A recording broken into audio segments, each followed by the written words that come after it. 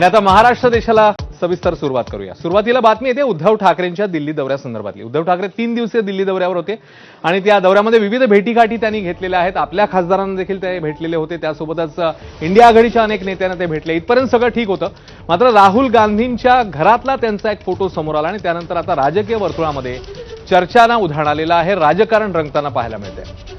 आपल्या खासदारांनंतर उद्धव ठाकरेंनी राहुल गांधी आणि इंडिया आघाडीच्या महत्त्वाच्या नेत्यांच्या भेटीगाठी घेतल्या। इथपर्यंत सगळं ठीक होतं, पण राहुल गांधींचा घरातला इंडिया आघाडीतला फोटो समोर आला आणि ठाकरेंनी दिल्लीत जे कमावलं ते या फोटोमुळे गमावलं का याची चर्चा या फोटोनंतर सुरू झाली आहे। त्याचं कारण म्हणजे या फोटोमध्ये उद्धव ठाकरे 6व्या म्हणजे शेवटच्या रांगेत बसलेले दिसत आहेत। फोटो पाहून जो तो जमेल तिथे बसल्याचं दिसतंय, पण भाजप आणि शिंदेच्या शिवसेनेला मात्र या निमित्ताने उद्धव ठाकरेंवर टीका करायला एक आयता मुद्दा मिळालाय आणि काँग्रेसने ठाकरेंना जागा दाखवली असा हल्लाबोल त्यांनी सुरू केलाय।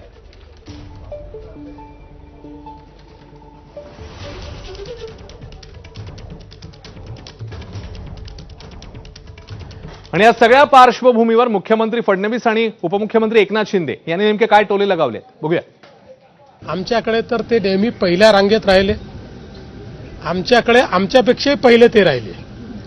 त्याच्यामुळे आता तिथे काय त्यांचा मान सन्मान आहे तो आपल्याला लक्षातच आलेला आहे। भाषणामध्ये खूप म्हणायचं की दिल्लीसमोर मान झुकणार नाही, दिल्लीसमोर आम्ही काय पायघड्या टाकणार नाही। पण आता दिल्लीत काय परिस्थिती आहे आणि ते सत्तेत नसताना काय परिस्थिती आहे हे बघितल्यानंतर थोडी दुःख होतं, पण ठीक आहे। तर मला काय याच्यावर काय प्रतिक्रिया आहे? खरं म्हणजे ज्यांचा अपमान झालाय, अवमान झालाय, त्यांना त्याचं काय वाटत नसेल तर मला त्याच्यावर कुठली प्रतिक्रिया द्यायची नाही। आणि ज्यांनी स्वाभिमान जेव्हा जे घाण टाकतात, बाळासाहेबांचे विचार विकतात, सोडतात, त्यांना त्याचं काही वाटणारच नाही आणि मग त्यांना त्यांची जागा